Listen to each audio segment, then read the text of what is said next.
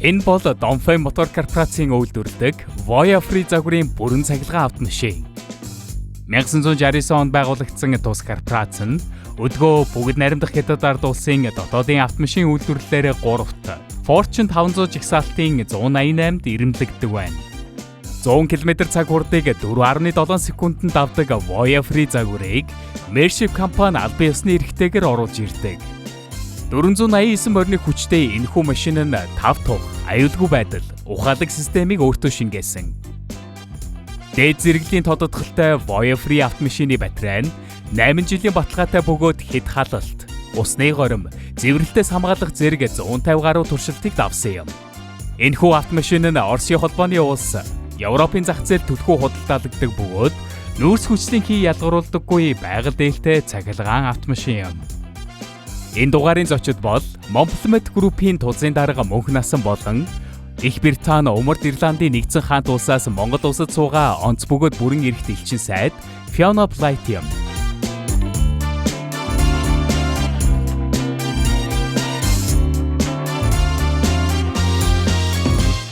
It's my great honor to have you in this show. I'm apparently called in to ask you questions about who you are and how you ended up here in Mongolia. Of course, we're so honored to have you here. Let's start from your name. How should we address your last name and pronunciation, etc.? We want to be correct. Well, thank you, Nessa. And really, honestly, I feel very privileged to have the opportunity to spend time with you because I suppose there's lots of opportunities to give short interviews and to make videos on social media, but the opportunity to spend some time talking to you is fantastic, so thank you. Fiona is my first name, Blythe is my last name. Blythe, okay. So tell me a little bit about yourself. This is your first ambassador role. It is. Why here? Why Mongolia? So it is my first ambassador role and it's such a privilege. Like I still wake up every day. I can't quite believe that I have the honor to do it and to represent my country, especially in Mongolia.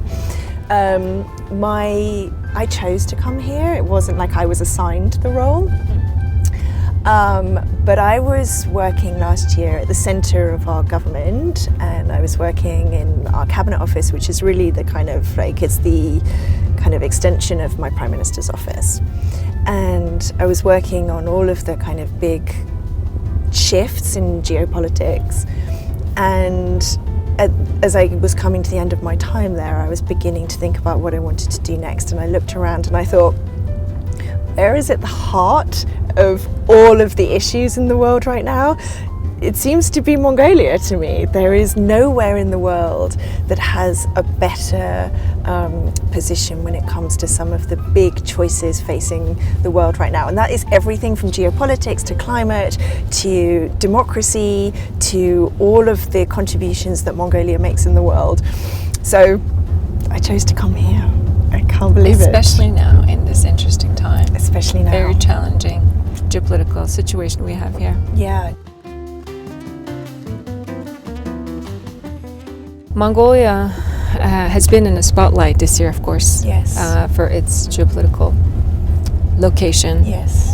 We've had a lot of changes in terms of regulation, and but we haven't had yet a lot of the business support that we would like to see from the politics side, I would say, during these difficult times in helping businesses to manage their challenges faced today. During COVID, they had some incentives, but today, when it comes to our supply chain challenges, still businesses itself has to go out and find its own way, find its survival through somehow. It's been very, very difficult, to say the least. I have to say, I think you touch on such a good point that Mongolia is. It strikes me that Mongolia as a country and Mongolia as a psyche is very resilient and has been able to navigate these challenges and worse throughout centuries. And that's one of the things that I'm learning about being here and that I'm so impressed by, that you somehow managed to find a way through. Yeah, it's remarkable. It's When we look remarkable. back. It's remarkable. But Yeah. that's really interesting about the role of government in business. And it's a very live debate for me in my country as well, you know, the extent to which what government can do to support businesses and then what the private sector can do to support national objectives. It's kind of a dance between the two, and for us it depends very much on who the political party in power is, about the extent, the sort of size of government in people's lives, I suppose. But I think for Mongolia, it feels like this is still an ongoing conversation about where the areas of support should be, and it's interesting to hear it from somebody who's running such a business that is so diverse, touches people's lives in so many different ways, and where you need support for that along the way.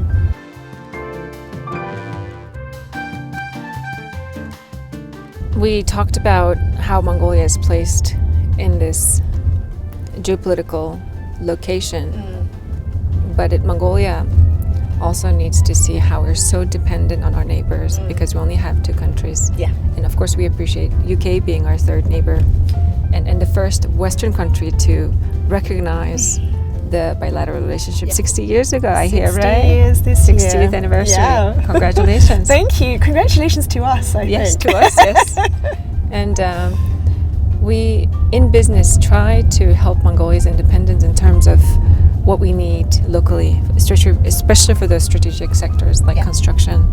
And for that, I think private sector, when you mentioned how private sector can help the government achieve its goal, I think we helped diversify Mongolia's economy from mineral-based and mining dependent to hopefully more diverse economy. And in that, my project in making Mongolia's top quality cement. Yes. And that was very important for OT as well, for its underground construction phase, and as well as you can see, there's a lot of construction happening all over Mongolia. Yeah, it's inspiring. Whereas we were probably 80 or 90% dependent on import in terms of construction materials, especially for our cement. You call cement as bread and butter in the Western world, especially during its reconstruction period and early days into its development. So this I saw a long time ago together with my mother, who started my family business 30 years ago. And she's a geological engineer, and so she was very mineral-based in exploration and rehabilitation as well. And I came in to help raise the financing for our next project, which was the cement factory. And this one was specifically important to me as an economist coming from the World Bank, and to make it happen because I saw how dependent we were. If something like COVID had happened, our construction sector would have been stopped because we were almost 90% dependent on imports. And I think today politicians should be able to see that through our balance payments, how we have achieved a surplus, because our export rate is greatly enhanced compared to our import rate. Yes. And cement and construction materials used to make up a huge chunk of that import rate.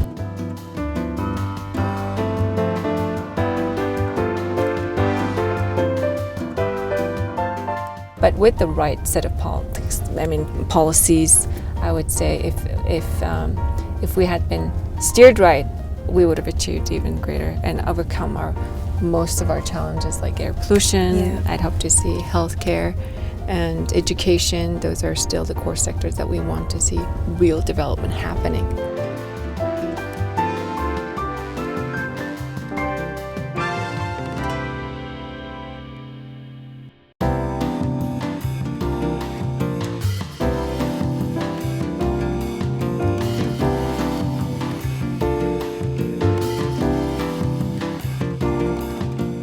That you and your incredible mother saw a long time ago what politicians globally are realizing only right now, that the importance of having national resilience and having national capabilities that mean that you are less vulnerable to those big waves of things that we would, those big risks that we were saying are, impossible to foresee.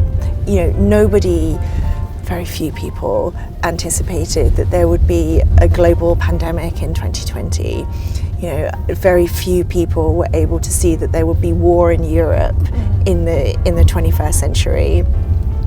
These are things that, you know, we all have elements in our business plans, right? Of, you know, like, okay, so what happens if there is some outlying event? But what you were saying about identifying so long ago that these were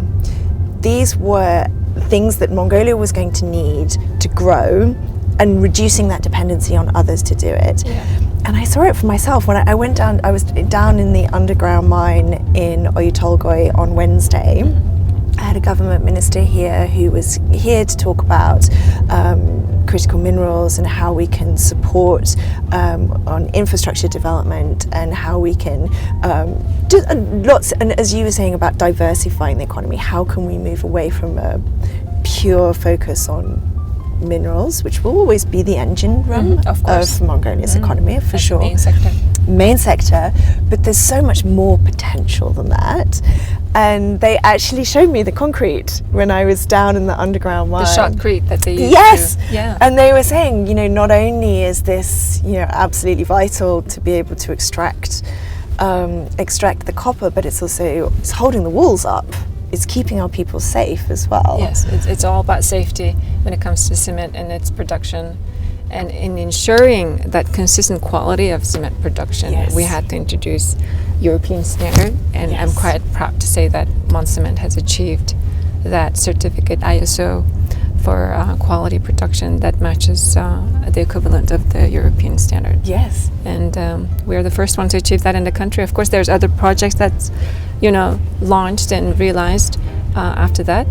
And we hope that a lot more of these industrial projects will continue to develop, especially in raw materials production sector, so that we don't just export the raw material, you know, and we have to create the value addedness here within the country. Within the country, because otherwise you're exporting your value, and that feels like a waste. And I feel very excited about the future of that aspect of your company, as in many others, because I think as more foreign investors come to Mongolia, as more people want to do projects, they will be looking for that standard. You know, you can do it more cheaply, more faster by cutting corners. But as you said, you know, then the safety aspect of that comes back around. You know, you can't escape the need for good quality, the need for international standards, especially with the flooding incident that's been happening in I mean, it was no joke, but unfortunately we saw the heaviest rainfall, heaviest you know, precipitation in the country since a long time, and the entire city was almost underwater for some of these basement foundation of buildings. Had they not been in good quality cement, obviously cement is everything when it comes to it's everything. Construction. We make water resistant cement, water absorbing cement. That's amazing. In different strengths and different types of cement today. And it's essential when you're especially building infrastructure around the world, in the country, for railways, highways, and these are things you depend on for, you know, durability. They need to last a lifetime. They need to last a lifetime, and they need to be able to withstand the pressures that they're being subjected to. This is my first Mongolian winter, so I'm just at the start of it. But I'm getting the strong impression that it's going to be, for me, an extreme experience. And so think about, you know, the buildings and the roads and the pressures that they're put under. You know, it needs extreme temperature variation from minus 40 to plus 40 in record times, and you know it could be even worse than that. So the standards had to withstand this variation, which is pretty rare. And you see the consequences of not doing that, not only in Mongolia, but you saw in the earthquake in Turkey earlier this year. With the building foundations. You know, and that all came down to, you know, the fact that the buildings had been put up too fast, not to standard, and the consequences are just tragic.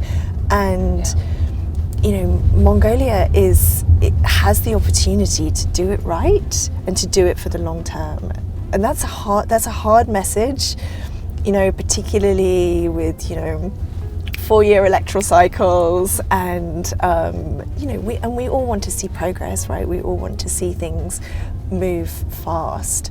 But I think doing that, investing for the long term, planning for the long term, and doing what you and your company has done, which is look at the research, that knowledge and know-how that goes into the product. That's part of what makes it strong, sustainable, long-lasting, good quality. It's yes about the product itself, but the research and development that goes into that's extraordinary as well. And unlike the political cycles, as you said, companies have lived here for almost over 30 years, especially those companies that were specialized in good, grounded principles of business ethics in Mongolia. Yeah. So these group of companies, I would say there are many in Mongolia in each of their respective fields, are celebrating their 30th anniversary, 33rd anniversary, etc. since the communism ended in Mongolia. It hasn't been a long time, so that I give shout out to the business community. Yes. This much development has happened. For sure. But with the right set of policies, I would say if we had been steered right, we would have achieved even greater and overcome most of our challenges like air pollution. Yeah. I'd hope to see healthcare and education. Those are still the core sectors that we want to see real development happening. Yeah. But coming back to the stability part, where businesses have been here for 30 years, we've started counting on ourselves rather than, external factors. Yeah. So we set the rules in terms of how we should be running our businesses, Yes. like you said, standards. And then when it comes to sustainability and environmental rehabilitations, we also set the standards way back then before regulations, started being forced around. Yes. So my mother, as a professional geologist, before she opened the mine, she had a closing plan, of course, submitted, and then that included environmental rehabilitation.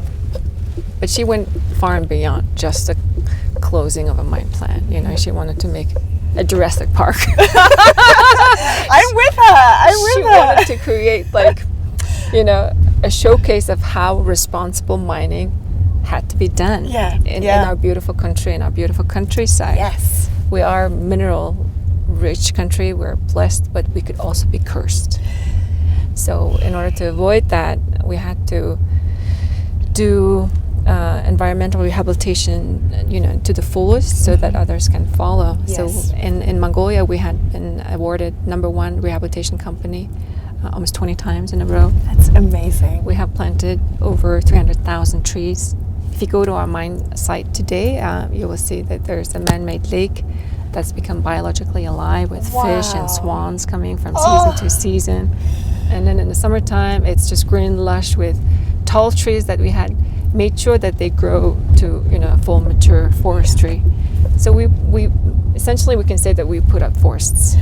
Which as humans, if we can tread as lightly as possible on the earth, that feels like an important responsibility for all of us. But arguably, Mongolians have that responsibility even more than others, because yes, the country is mineral rich, but it's also rich in beauty, biodiversity, the landscape, the climate. These are special things on our planet that is so overcrowded and so overdeveloped. And in contrast, you are the custodians of a country that is in many places still untouched, pristine. Just the humans that live on it do live on it in such a respectful way that interacts so beautifully with the country. And so in the race to progress, I think the fact that you have one eye on the impact and on mitigating that is such an important thing for the country. I really do.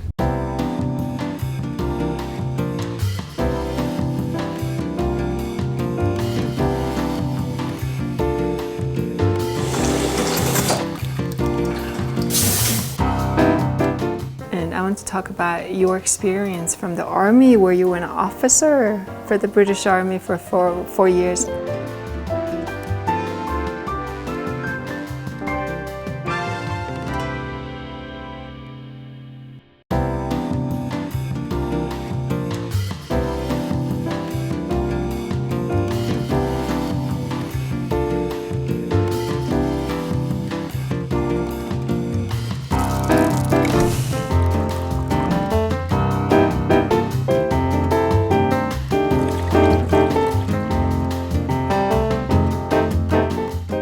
All right, so that was a nice car ride. Yes. To getting to know you. And I want to talk about your experience from the army, where you were an officer for the British Army for four years. Yes. How do you think that experience helped you shape your career? It's a good question. I think it shaped my career. I think it also shaped me a little bit as a person. Because it was so completely out of my comfort zone. It was so completely different to anything I did before. But what it taught me is that it's about teamwork and the fact that you're so much stronger as a team. It's kind of really, like it's kind of now deep inside me that I think that. But also what it taught me was that I'm stronger than I thought I was. And maybe you feel the same, but it's the tests in your life that make you realize that actually, the challenges, right? Yeah, how you overcome, test yourself. Exactly, and how you get through them. And then when you do, it makes you realize that actually, yeah, you're stronger and you're more resilient and you can get through a lot more than you think you can. And sort of friends said to me at the time, oh, I'm not sure I could do that. And my response was always, yes, you can, if you want to. You can get through anything if you want to. And as a woman, to be called as an officer. Yes. And in a British Army, yes. That must feel like really cool. It was cool. It was cool. But what I discovered was that people often didn't refer to me as an officer. They would refer to my male colleagues as officers, but then they would just treat me normally. How's that interesting, huh? Because I really think that that's the same for women at the tops of their professions or in positions of authority or responsibility. I think that often we are not given the same level of respect, recognition as our male counterparts. And I don't just mean from men. I think that it's almost in all of us. Like, we see men much more as, having natural authority, or that we should somehow show them more respect. And so it makes me happy to see that that's changing. And it made me realize that I think it was something that I was so young when I joined, I hadn't thought about that in the world before, and I suppose it exposed me to that and made me more determined to change it. And with that determination and increased self-confidence coming out of Army and further joining more challenging roles and conflict zones like Somalia, tell me a bit about how those shaped up your career as well. So I think it made me realize that with all of those experiences, that people are people, and I feel very strongly that there's more that unites us than divides us. The people I worked with all over the world still find things funny, get frustrated with the same things, want the best for their families, still want to relax at the weekend. We all have those things that... Basic needs and basic humanity that I think, I didn't grow up in a place that had, a lot of people from all over the world, and so I didn't know that we're all just fundamentally the same, and that we, find similar things funny or have similar things that are important to us. So I think it really shaped me in that way. And you must have found that, like, living in the US, like, you must have... That was an upgrade for me. That was more of me coming out of my discomfort zone to going into a very developed country with a nice host family that I was assigned to at the time. So my journey started with a Peace Corps volunteer here named Lisa Bradford, who was my English tutor. And I must have been 14. Wow, so young. She's the one who introduced me to an exchange student program. So I was in high school at that time, and when we went to the U.S. Embassy here to apply for an F1 student visa, I had to knock on the window, and we had to wait until somebody appeared, Amazing. for an interview. And after my successful first year exchange student experience, I returned and helped send another 100 kids through the same program. Imagine 100 people. 100 students to have, the same experience for them as well. So that was a great outreach program. My favorite book to go to is Jack Weatherford's The Secret History of Mongolian Queens. And I tried to, look at our history from the little bit of gender bias side of how Mongolian women played the role in our successes in creating empires. And I think Jack was beautifully, told the stories of how women contributed to a lot of these empires, and the mothers and the daughters. Yes. Even with the only remaining son, hiding that son somehow on a horseback ride and being chased away, and protecting the last blood remaining in Altang Org, the golden heritage of Genghis Khan's blood. Women played the most important role in my view. I completely agree with you, and it was actually the first book I read when I started to learn about Mongolia, and it was one of the many reasons why I felt so excited to come here, because it's in the history of the 20th century and the last few centuries, we've sort of become to normalize this idea that it was the men in positions of power, and that we've just accepted that as somehow the natural order, and that's absolutely not the case, and it's definitely not the case in Genghis Khan's time, because exactly that, he saw in the women a strength and a capability. He trusted the woman. He trusted the women to run and administrate and to oversee the territories that he had spent blood and treasure in his conquests, and these precious lands he gave to women to administrate.